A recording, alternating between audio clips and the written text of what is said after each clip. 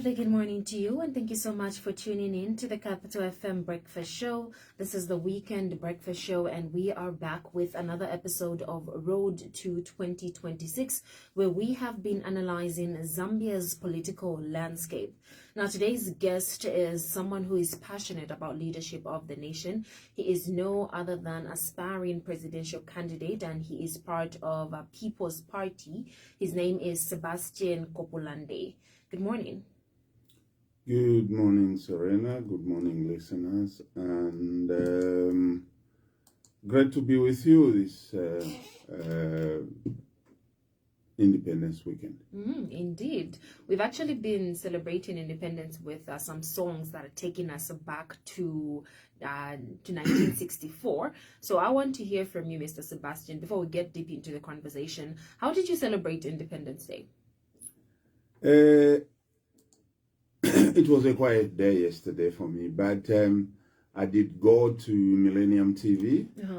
I was invited to Millennium TV to reflect on how we have moved as a country from independence to date on the democratic pathway. And after that, I spent the day with the family at home. Okay. That's beautiful. Zambia at 61. What does that make you think about? Well, it's been a long way. That's really just what it means. It's been a long way since we attained our independence. It also gives you a sense of opportunity lost. Okay. Opportunity lost in terms of getting our people to really enjoy the fruits of independence. And to what extent are the people enjoying the fruits of independence? And you can also ask, have there been any fruits of independence anymore? Do we have any fruits of independence anymore? Are they there? What are they? Do we even have the freedom that we fought for back in 1964? These are the questions we need to ask ourselves. Indeed. Before we get deep into those questions, let's get to hear more about who Sebastian Kopulande is. How would you describe yourself, your journey to this point? My journey to today. Born in Chembe, in Wapla province. I went to school in a Catholic school, in a seminary, with the intention of becoming a Catholic priest. That didn't work out. Did my national service at Kasama Camp, Devil's Island, and then went to the University of Zambia, finished my university in 1983, and thank God graduated with a distinction. I won a Rhodes Scholarship, became a Rhodes Scholar, went to Oxford University, did my Master of Philosophy in Management Studies, and then proceeded to Georgetown University in Washington, D.C., and did a specialization in transitional economics. After that, did a Doctor of Philosophy at the University of America, and got a PhD in management. Back home, joined Deloitte & Touche as a management consultant, and after that joined the Kapumpe Group as general manager. And when the wind of change came in 1990, got involved with the movement for multi-party democracy, which was then a movement that was advocating for the return to multi-party democracy back in 1990-91. And that led to the elections of 1991.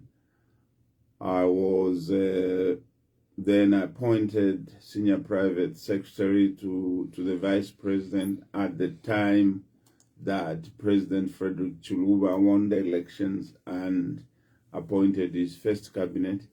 He actually appointed his first cabinet on 7th November 1991. He appointed all his ministers, he appointed his vice president or his ministers. deputy ministers, provincial ministers, Yeah. and appointed one civil servant. And I was honored to be that one civil servant he appointed on 7th November 1991 as senior private secretary to the vice president. So I went into government then, November 7, 91, and started setting up the new office of the vice president, because remember, we had no vice president before. We had a prime minister. So we had to start setting up a new system, a new governance system, and established the office of the vice president. Indeed. So that was my journey. Then now, after President Mwanawasa sadly died in office, I went back to my business, which is a consultancy in trade and investment. After which, in 2016, I ran for parliament as a member of parliament for Chembe. I succeeded as member of parliament for Chembe, and I served in parliament from 2016 to 2021. During that time, Mr. Speaker gave me the honor of representing Zambia at the Africa, Caribbean, and Pacific European Union Joint Parliamentary Assembly. Yeah. So I represented Zambia for 4 years at that platform, which is an institution comprising 106 member countries of the United Nations. Yeah. And that gave me tremendous exposure to international affairs and diplomatic issues and the like.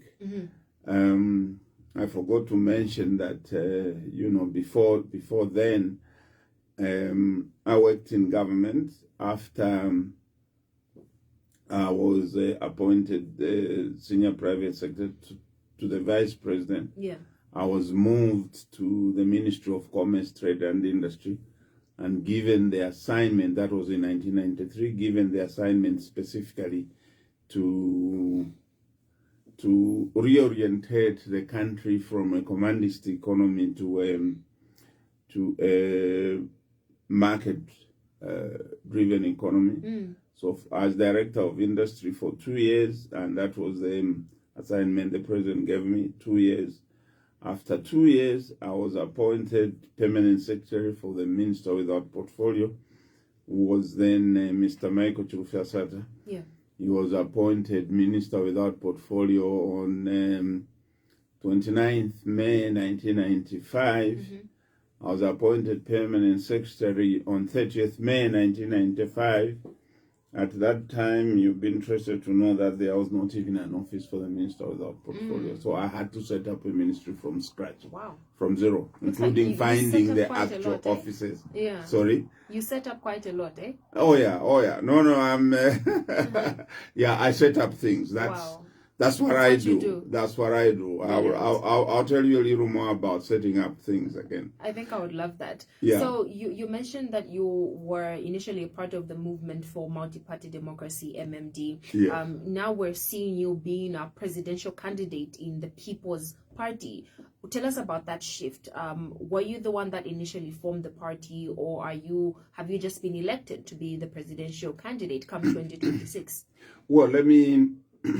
Before we get there, I think let me finish the background, the history. So after I did my assignment with the minister without portfolio, who was then Michael Chirufyasata, President Chiluba transferred me to State House as appointed me comptroller and permanent secretary for State House. I served in that capacity.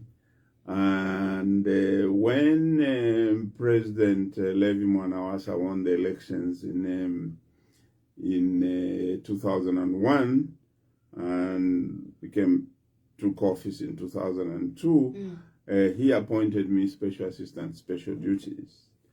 And one of the responsibilities that I had to carry out then was writing the speeches for the president. So I literally wrote the speeches, essentially all presidential speeches. Wow. Now, as you know, what the president says is policy. So then, if you are writing presidential speeches, then you are a policy generator. And that is really what I did. And I remember how important that job was, because the secretary to the cabinet then, Mr. Leslie Mbula, was very clear with me. When he said, Sebastian, you're writing the president's speeches. Remember that, one, do not allow the president to go officially to an official function and speak off cuff. Make sure you have all the speeches written. Because what the president says is policy, and it must go on record. That, for me, had a very lasting impression, and I took my job very, very seriously. And all the speeches that I wrote for President Mwanawasa are today on record, and they can be referred to, and people can understand what President Mwanawasa stood for and what he set out to do. So that is very, very important for us to remember, even in subsequent administrations, that a president is not just anyone who gets up and says anything, because what he says is policy. Yeah. It is a promise to the people. What he says is an undertaking to the people. And people take the presidency in this country very seriously. It's not something that you just get up and say, oh, I'm going to do this, I'm going to do this. No, I'll give this piece of land to so and so, that kind of thing. No, we need to deal with the presidency with the decorum that, of course, that office deserves. Definitely. Yeah. So we're getting into talking about your shift from Movement for Multi-Party Democracy to becoming the aspiring presidential candidate come 2026 in People's Party. Tell us about that shift. Well, it's more not a shift, but a progression. I would call it more a progression than a shift, because if you look at my career and my past,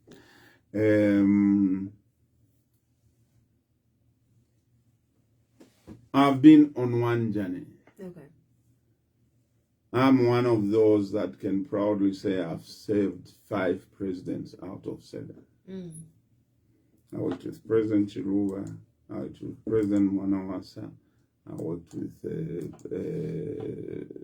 President Rupia Banda, though not in office, but as somebody who would consult once in a while. I worked with President Sata. President Sata was, as I said earlier, was my minister when I was his permanent secretary. And every now and then when he was president, I spent quite a good amount of time with him, consulting on various national issues. So I've been on that path for a long time with late President Edgar Lungu as well, through his campaigns, and I served as Member of Parliament under his administration. So that has been my journey. And having become Member of Parliament, the next step really in the journey was to try for higher office. And this is what I'm doing, because I believe I have what it takes. I have the experience.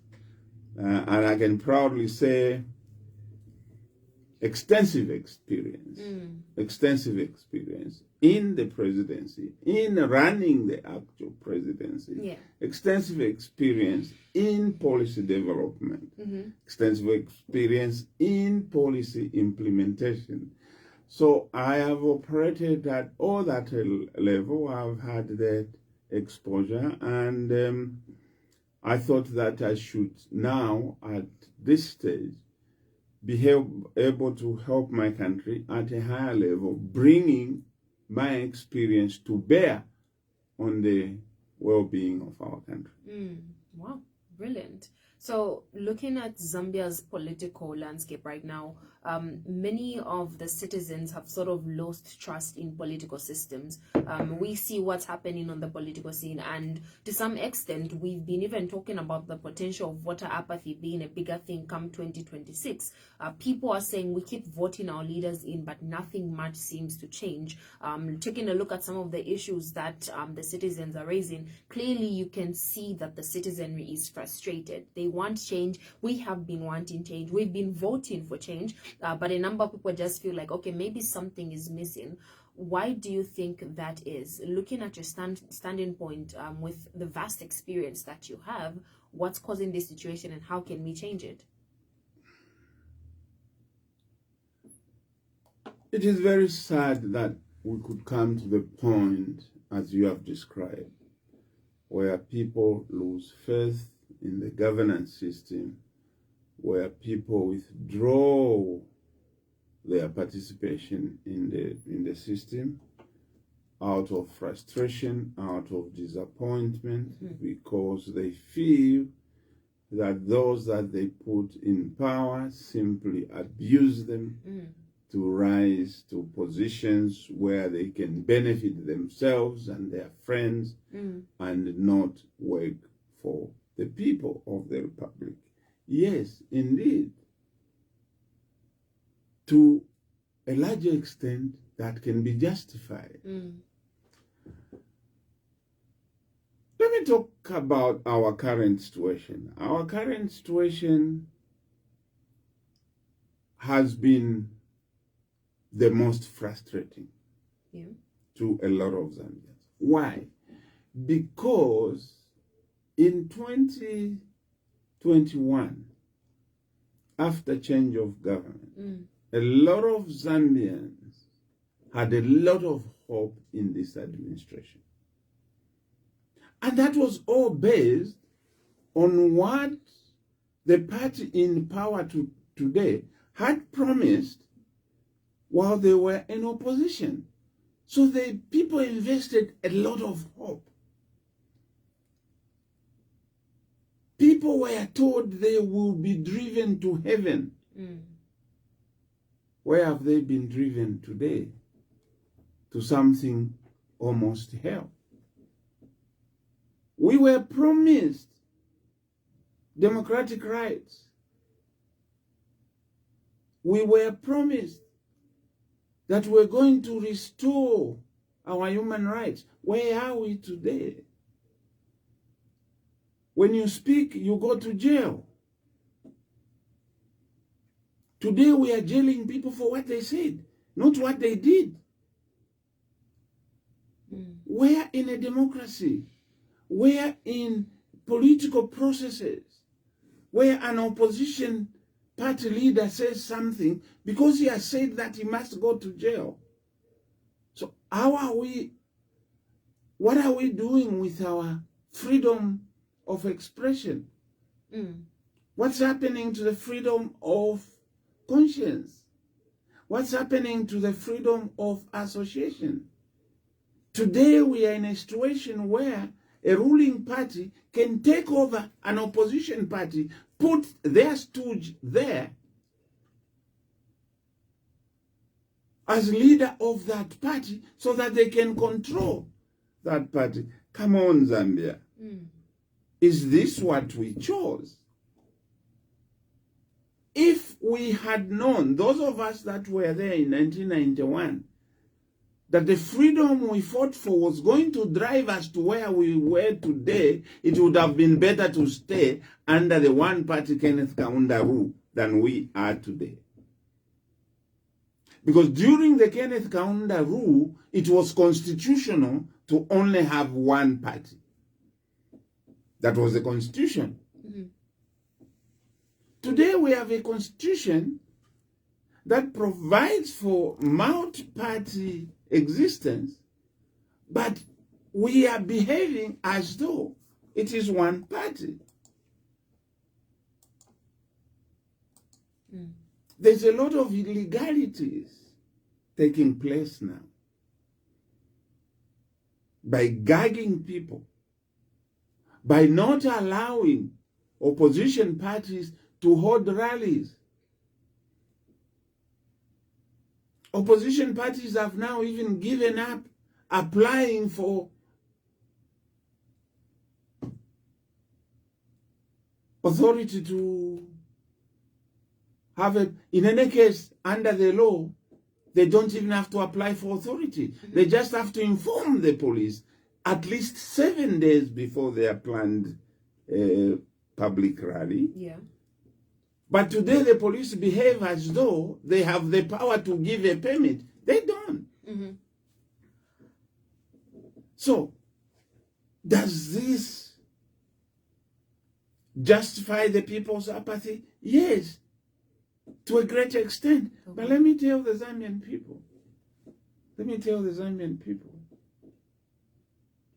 things can change for the better. In 1991, we stood up. And how did we stand up? We went and registered en masse to vote. Mm-hmm. Zambians stood up, registered en masse to vote, and on 31 October 1991, comprehensively and thoroughly defeated an oppressive regime through the vote. Yeah. Today, we can repeat the act of 1991. We can comprehensively defeat this oppressive government. We can defeat this government that is not allowing us the freedom to speak, to express ourselves. Mm-hmm. Let me tell Zambians, apathy is not the answer, because you are resigning to your fate. You are resigning to your situation when you are in a position to do something about it. And the only way you can do something about it, in our constitution, there's no other way, it is to go and register to vote. Voter registration is happening now. Get up, Zambians, get up. You can make things better for yourself. You can make things better for the rest of the country by getting up to go and vote and express your dissatisfaction through the act of voting. Mm. So, Mr. Kopulande, let's hear from you on what you would do different, which is something we've been quite eager to hear from our aspiring leaders come 2026. You can highlight for us a number of situations that you've seen are going on in the country right now, especially with regards to the economy, which is the main concern from we, the citizenry.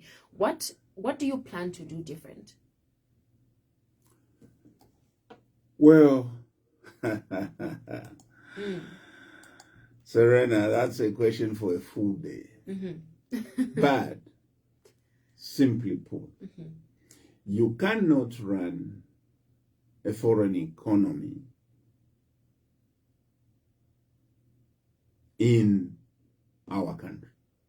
So we will change that. Mm. Today, our people are bystanders. Our people are watching our natural resources being plundered by multinationals. Mm. And these multinationals are plundering our mineral resources, taking them out of the country without even adding value to the minimum. They are exporting so-called copper concentrates. Yeah. And even the tax that was being imposed on the export of copper concentrate has been removed by this government. What does that mean? This government has decided to deny the Zambian people job opportunities in the value addition that would happen to those copper concentrates. What it means is that this government is exporting job opportunities to other countries where those copper concentrates are going, because in those countries they are going to build smelters that will smelt those copper concentrates. When those smelters would have been built here, and our people would have been employed there, we would stop that. And in fact, instead of removing the 10% tax on the export of copper concentrates, we will raise the export tax to anyone exporting unprocessed mineral resources to a minimum of 30%. Mm-hmm. And the money that we shall get from that, from those exports, we are going to put up what we are calling the Mining Development Bank. The purpose of that Mining Development Bank is to be able to provide capital to Zambians that want to take part in the mining industry in Zambia. This is the issue, Serena. Mm-hmm. The mining industry is a dominant sector in this country. It accounts for 80% of all our foreign exchange earnings. There is not one Zambian who is meaningfully participating in this industry. Why have we allowed this kind of situation for so many years? 61 years after independence, we remain bystanders. And by the way, the mining sector will continue to be the dominant player in Zambia's economy. Okay. So that is one way we are going to empower our people. We are going to clearly ensure that economic empowerment takes place. Yeah. 2, this economy, the way it is structured, it is not structured for growth. You cannot have an economy that only has 15 commercial banks without one single development bank. The one development bank that was there was closed recently, 2 years ago, something like that. Now, how can you borrow from a commercial bank to invest in a mining venture? Is that possible? The answer is no, because commercial banks lend for 12 months. And you cannot invest in a mining venture and be able to pay back your loan within 12 months. Mining is a long-term investment, 10, 15 years before you start. So, what are we going to do? We are going to address the financial sector. And we are going to introduce key financial institutions. 1, we will introduce the SME Development Bank, Small and Medium Enterprise Development Bank, that will provide capital to our small enterprises, because commercial banks as they are today, are unable to lend to small enterprise. So we will develop that bank. 2, we have the mining industry I talked about. We will set up a special mining development bank. Agriculture. Agriculture is one sector where we can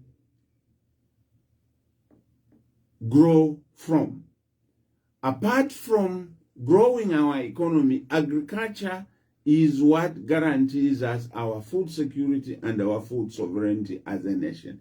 That we must get as many Zambians involved as possible to participate in there. So we're going to set up an agricultural development bank.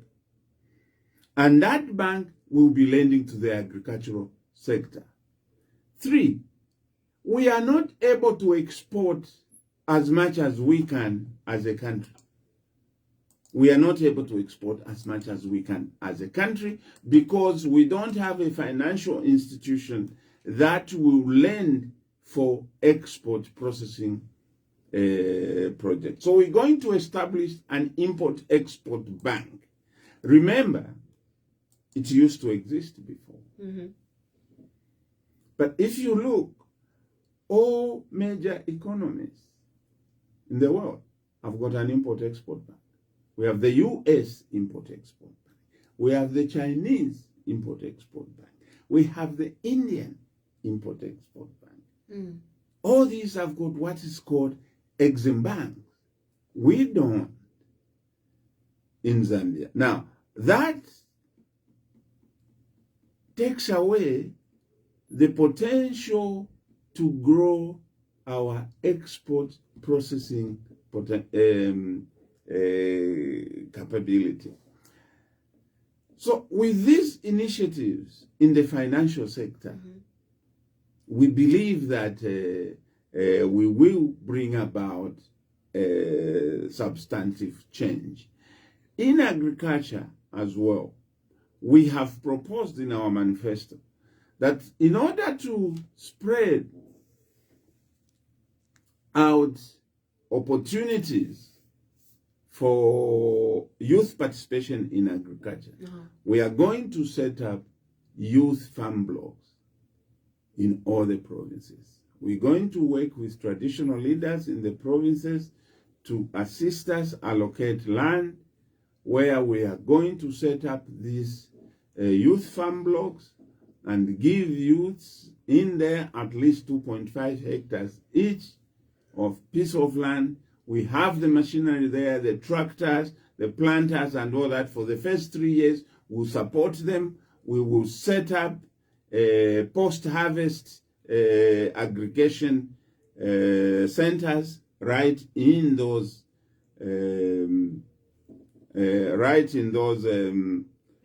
farm blocks, and we are going to encourage on-farm value addition right there.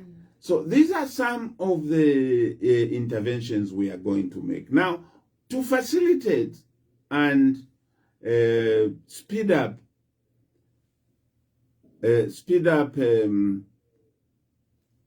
citizen economic empowerment, we are going to convert the Citizen Economic Empowerment Commission into a Citizen Economic Empowerment Authority. And that authority is going to have much more wider responsibilities to drive the economic empowerment agenda and be able to monitor policy and be able to propose policy change and to redirect the policy direction to get the Zambian people involved and active in their economy at home. So, Mr. Kopulande, you've mentioned quite a lot of interesting initiatives, and just to take out a page from what's going on currently, we do have a number of initiatives that have been meant to benefit the citizens of the country. One notable one is CDF, and I'll mention that because the citizens themselves have complained that CDF is there to benefit us. But then, even with something as good as CDF, there comes in concepts like corruption. Now, we can talk about all those amazing initiatives that you've mentioned without addressing the elephant that is always in the room, year in, year out. It's corruption. We have these systems, we have these organizations in place to just help the systems run. But then you find there's brilliant systems, brilliant initiatives, but there are people in those offices that are corrupt. So then at the end of the day, what is meant to benefit the citizen is not reaching the citizen. If anything, that citizen is not aware of how to even get a hold of some of these things that could benefit them. How do you plan to handle corruption? before I get there, let me deal with CDF. Mm. CDF is not an initiative of this government. Mm. May the nation not be misled. CDF is not an initiative of this government. CDF was introduced, I think, back in the early 90s, I think about 1994, by the first MMD government of President Chiluba. Mm. All that this government has done is put more money into it than has been done before. That's not their initiative. It is not their innovation. This is where I've always challenged this government. Show us your innovation. What new things have you introduced? All that you have done is allocate more money to things that were existing before. CDF, when I was MP, I was getting 1.6 million. Kwacha. Okay? Mm. And today, CDF, we don't even know who is responsible for its effective application. So, CDF is not this government's initiative. 1. 2, to increase the amount of money allocated to a particular program is not to innovate. It is to simply make an incremental change to what was there before, to someone else's idea. It is not your idea. You see the idea, yes, this is a good idea. Okay, it's not getting enough money, so let's put more money. That's all they did. Yes, great that you put more money into it. Good idea. Okay? But then, like you have said, it has been embroiled in corruption. How are we going to stop corruption? We are going to stop corruption before corruption happens. When you start dealing with results, with after effects of corruption, you will have difficulty arresting the scourge, because there are some clever ones that will beat you at your own game. They will cover their tracks. So what are we going to do? We are going to introduce government system automation. We will automate. We will computerize processes. Application systems for CDF shall be computerized. And when we do that, we will do that on the basis of blockchain technology that will then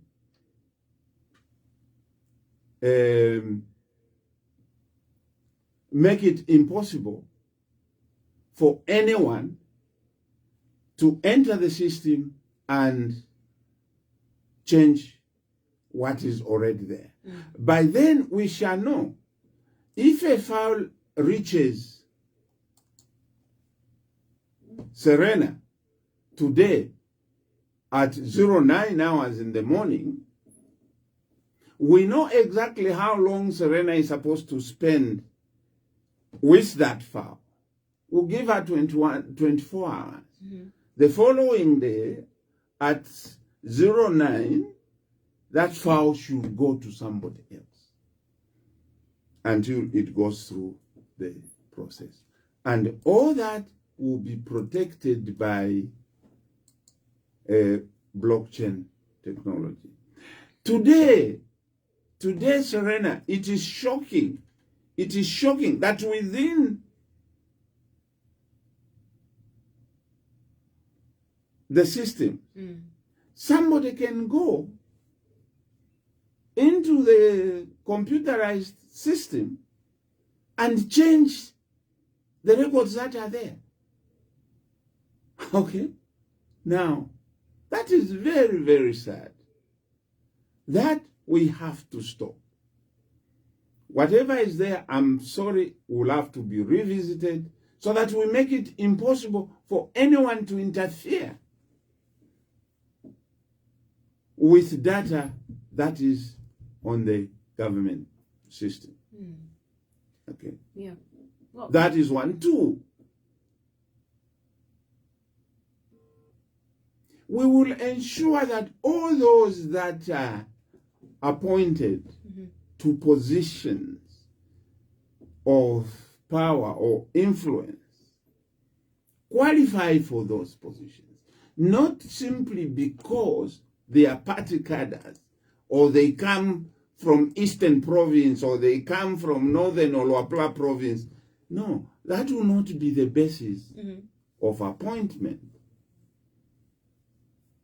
The basis of appointment will definitely have to be qualification, experience, capacity, levels of competence to execute the responsibilities that go with that office. So, Mr. Kopulande, we have a contribution here on our Facebook page. Sabina Mochese says, my understanding on CDF is that the allocation of resources is a long procedure that caters for the projects that the communities proposed. And sometimes when the money comes in, it covers for the previous projects. I stand to be corrected. When getting a grant already, it is difficult for the illiterate community to apply. How will computerizing the procedure help the application process? Well, in my time, this is how application for CDF worked. Okay, we did it through the wards, which meant the councillor for that ward spearheaded the application process within the ward. Each ward identified the projects that they needed. And with the councillor, they put an application to the CDF committee that had been appointed by the Member of Parliament. So when we get all the applications that go to the local council, all those applications are compiled on a list and the projects are outlined as applied for from the different wards in the district, in the constituency. Okay. So then the CDF committee is called and the CDF committee sits down and looks through all those applications. Okay. Determines the priority. No, this project, we think it's more urgent than this other project. This project in this, no, last time we gave so much money to Ward A, this time maybe we could look at the project from Ward D. Okay, Ward C, Ward E, then all that is put together. Okay? And the CDF committee puts proposals together. Then I, as a member of parliament, this is how I did it. It was not the system, but this is how I did it. Yeah. After the CDF committee does that, then I would call a meeting with all my councillors. All the councillors. Because each one of them had put an application. And I would explain to them how the CDF committee looked at their applications and what agreements were reached by the CDF committee, so that we have consensus as a team. Yeah.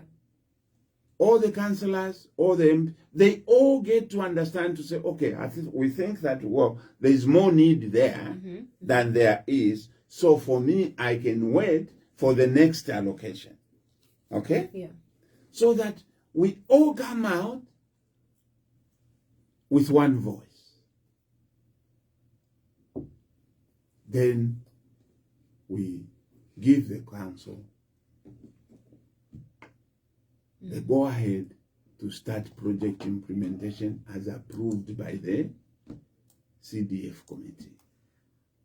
Mr. Kopulande, unfortunately, we're running out of time. You were right when you said this conversation needed a whole day. There's so much to get to talk about. Oh, a lot. When we're talking about the growth of Zambia, I think it's a conversation that can go beyond 1 hour. But unfortunately, we are limited for this particular conversation. I am hoping that you can make some time to stop by for another breakfast show conversation. I know that our listeners and our viewers on Facebook have more questions to ask you. But on that note, kindly give us your closing remarks from today's conversation. What would you like our listeners and our viewers to walk away with about Sebastian Kopulande? Sebastian Kopulande has offered himself as a humble son of this republic. Mm-hmm. He has come to you, Zambian people, to say, here I am, use me. I am putting up my hand so that the nation can benefit from my experience. The nation can benefit from my exposure, not only in this country, but internationally, across the globe. I have seen development. I have studied development. And this is what I am putting forward to save my country, to save you, fellow citizens. Fellow citizens, we cannot take the risk we took in 2021, where we took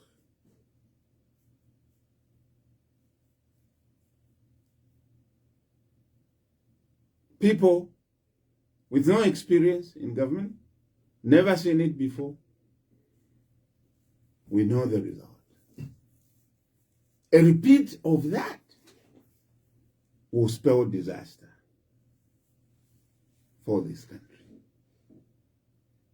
And the only way we can correct that, fellow citizens, is to go and vote in the elections next year. The only way to vote in the elections next year and to bring about the change we are all desperately crying for is for you to get up today and go and register as a voter. Please find your NRC. Find the voter registration center nearest to you in your community and go and register to vote. We want to see millions of Zambians queuing up on that 13th day of August 2026 to cast their vote to bring up the change that this nation so desperately needs. Zambians, get up. Bring about the change you want to see. It is only you that can do it. Amazing. God bless you. And may you enjoy the independence whose fruits, unfortunately, we have lost, but we have to reclaim by voting wisely next year. I thank you. Amazing. Thank you so much, Mr. Kopulande, for taking time to come through. As mentioned, we would love you to come through for another edition, but we'll talk more about that later. For our listeners and our viewers on Facebook, thank you so much for being a part of the conversation up until this point. You can still send in your views and your questions for Mr. Kopulande on the number 0773-792-475. This is the Capital FM Breakfast Show. Thank you so much for staying tuned, and the conversation continues on the other side.